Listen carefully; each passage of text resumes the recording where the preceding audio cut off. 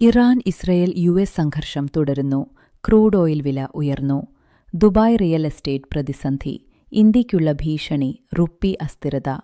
ആഗോള സാമ്പത്തിക പ്രത്യാഘാതം. വിമാനയാത്ര, ലോജിസ്റ്റിക്സ് ചെലവ് ഉയർന്നു. ബുക്കർമാൻ ബിസിനസ് ന്യൂസിലേക്ക് സ്വാഗതം. ഞാൻ Devika, digital presenter. Iran-Israel US സംഘർഷം തുടരുന്നു. ഹോർമൂസ് പാത ഭാഗികമായി തടസ്സപ്പെട്ട സ്ഥിതിയിൽ യുദ്ധം നീണ്ടുപോകുന്നു. സീസ്ഫയർ സംഭാഷണങ്ങൾ പുരോഗതിയില്ലാതെ തുടരുന്നു. ഇത് ഊർജ്ജ വിതരണത്തെ ബാധിക്കുന്നു. ക്രൂഡ് ഓയിൽ വില ഉയർന്നു. Brent crude $100 നിലവാരത്തിലാണ്. ഹോർമുസ് തടസ്സവും ഇറാൻ ആക്രമണങ്ങളും വിലവർധനയ്ക്ക് കാരണമായി. സൗദി അറാംകോ Q1 ലാഭം $33.6 ബില്യൺ മുൻവർഷത്തെ അപേക്ഷിച്ച് വർധന. ദുബായ് റിയൽ എസ്റ്റേറ്റ് പ്രതിസന്ധി. 2026 പല പ്രോജക്റ്റുകളുടെയും ഹാൻഡ് ഓവർ 2027 മാറ്റി. യുദ്ധം മൂലം നിർമ്മാണ ചെലവ് ഉയർന്നു. 45,000 യൂണിറ്റുകളിൽ പകുതിയോളം വൈകും. റുപ്പി അസ്ഥിരത. ഇന്ത്യയ്ക്കുള്ള ഭീഷണി.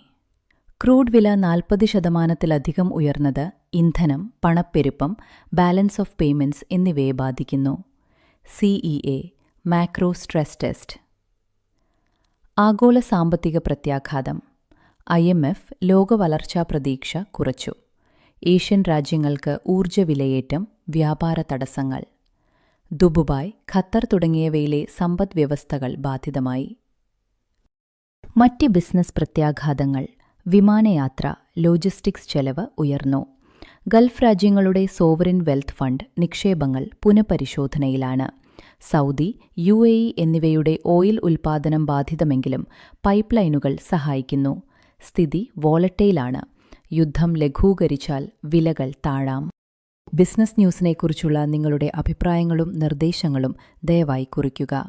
ഞാൻ ദേവിക, ഡിജിറ്റൽ പ്രസന്റർ, ബുക്കർമാൻ ബിസിനസ് ന്യൂസ്. വീണ്ടും നാളെ രാവിലെ 7:30 കാണാം. Have a great day.